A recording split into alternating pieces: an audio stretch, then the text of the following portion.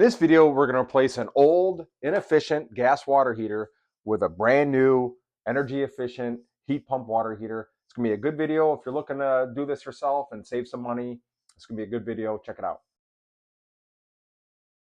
First thing I got to do though is drain this tank.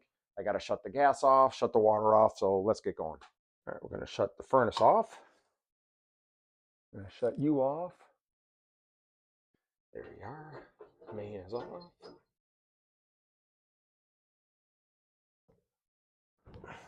There we go. So I'm using the pipe wrench to break that guy loose. I think there's a reducer up there. I might try to get that guy out of there too. So what we're looking at here, we have 3/4 inch pipe, and then we have a 1/2 inch reducer. Oh, there you go. And then that 1/2 inch pipe fed the gas hot water heater. So I'm getting rid of that reducer, and then I just placed a 3/4 inch nipple in place. So if I want to go back to gas at some point, it should be easy to do so. All right. A few handy tools that I've used throughout this job, and I'll put a link to it. As an affiliate, I would make a small commission, but if you're cutting copper pipe, this little guy is super useful. You just wrap it around the pipe and spin it, and it makes a nice, accurate cut. And after that, we're gonna get rid of that chimney, and then we're gonna cap it. And then we're gonna get ready to get rid of that old hot water heater.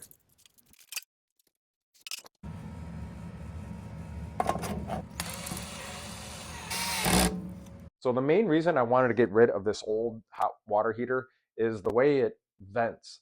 I would be okay with a gas hot water heater that has an electric vent. The fan would turn on and it would blow out the exhaust harmlessly outside. The way this works is that we're relying on the warm air to go up this chimney and then up my main chimney and then harmlessly out through the roof. And I recently had an energy audit done of my house, and it looks like there's, I'll show a close-up of it, but it looks like at times I have some backdrafting. So something happens during the year. Either it's maybe really cold outside, or maybe it's really cold down here in the summer and it's not drafting properly, but something's going on. So I wanted to get rid of this as soon as possible.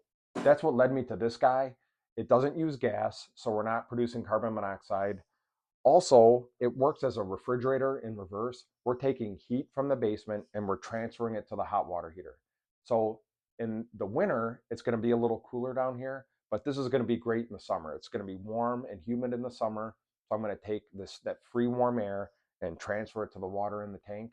Also, another benefit of these things is that it's a dehumidifier as well. So in my basement in the summer, it gets pretty humid down here, especially in the spring if I'm not running the air conditioner.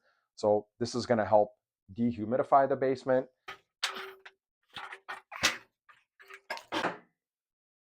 This way.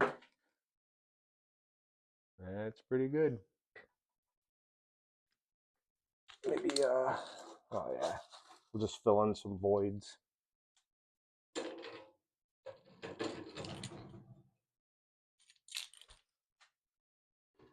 So we need our dielectric union. A dielectric union just means that it's a fitting for two different types of metal. We have the steel from the hot water tank, and we're going to attach it to copper. And if they were touching, they would corrode.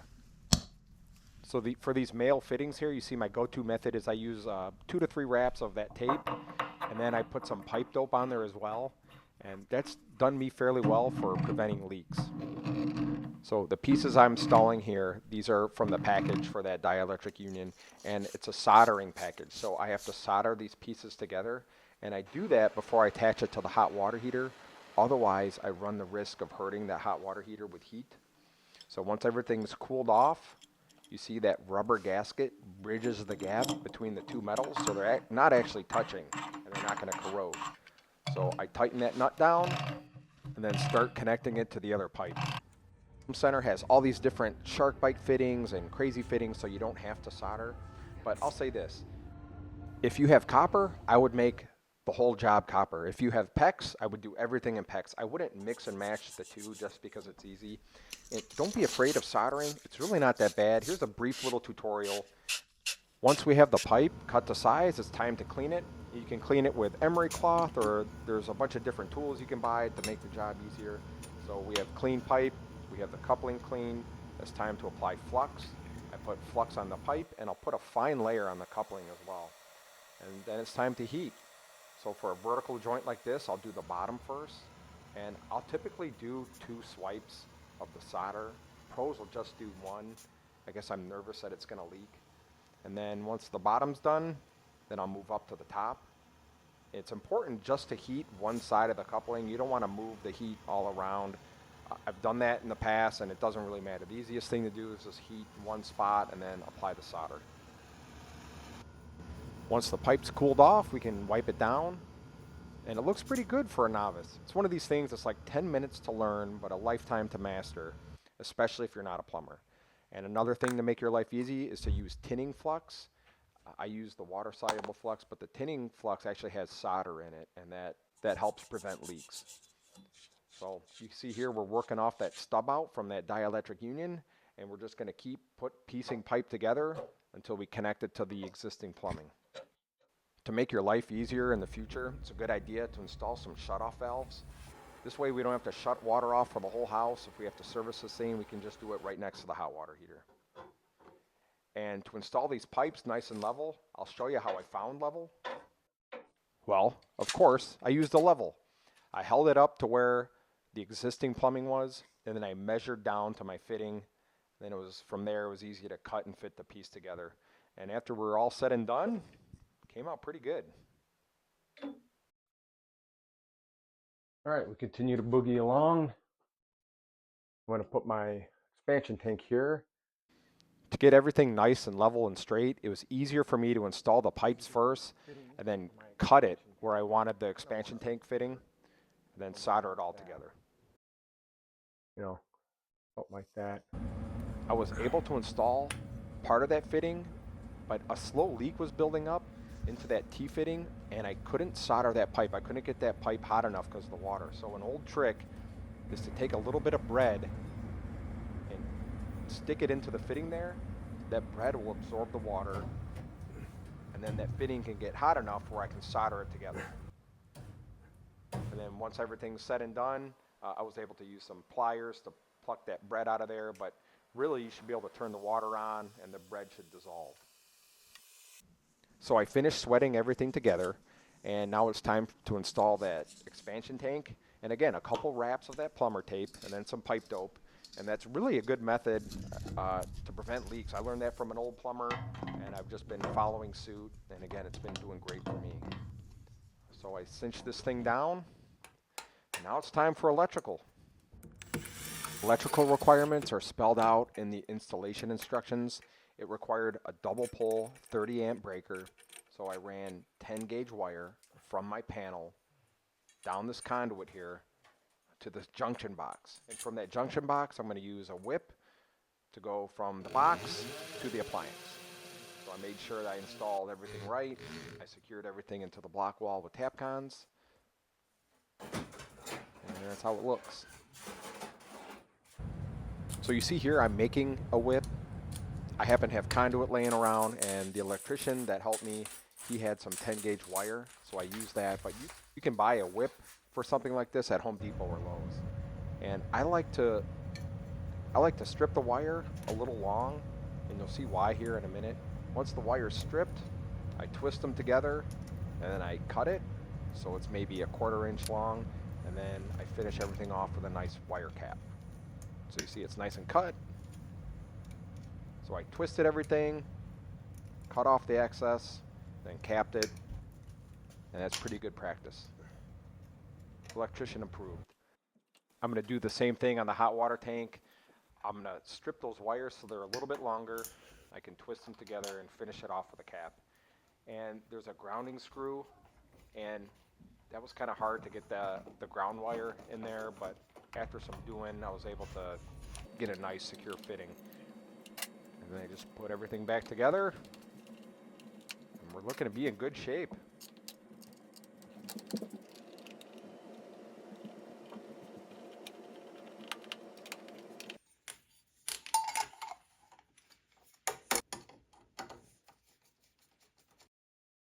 Okay, so I think we're installed. My family's home, so if you hear yelling and screaming, they're hungry, they're upstairs. But the directions say to turn the cold water supply on. This is going to fill up. These are open.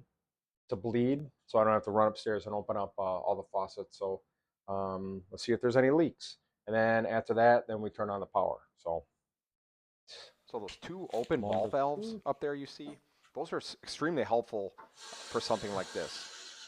And actually, that cold water one that I left on, yeah, I didn't need that on. But the other I one, don't need this the one. other one is the hot water leaving the tank. That guy off.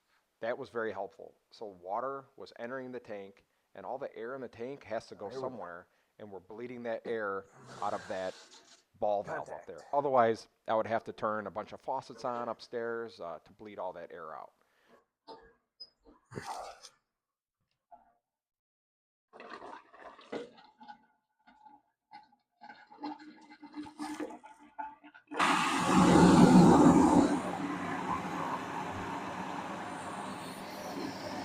All right, so we've had this guy installed for about 3 weeks. Let's talk about how it's working.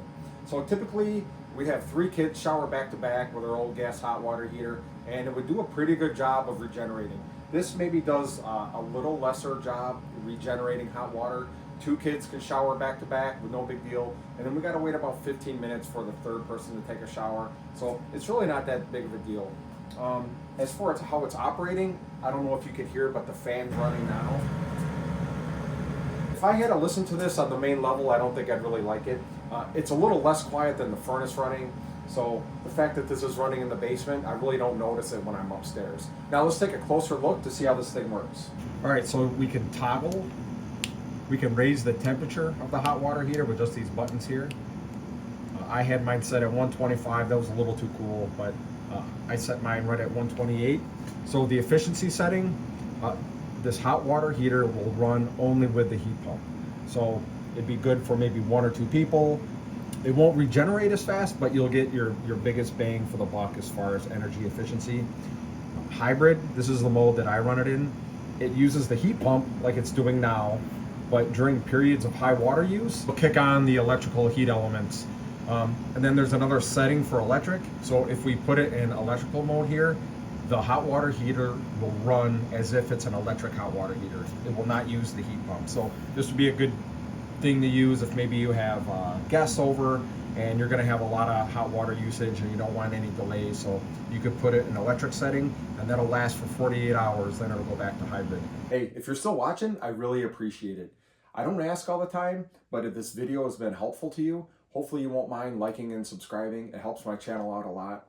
Now, let's talk about some of the economics involved in buying an appliance like this. So I'll show you the cost of a direct vent hot water heater versus the heat pump water heater. The heat pump is more expensive. However, the federal government and the local energy company is offering rebates toward the purchase of one of these. You get almost $3,000 in rebates to install one. Now, I have heard some concerns with the longevity of these things, so if I have any issues, I'll be sure to report back. Thanks again for watching.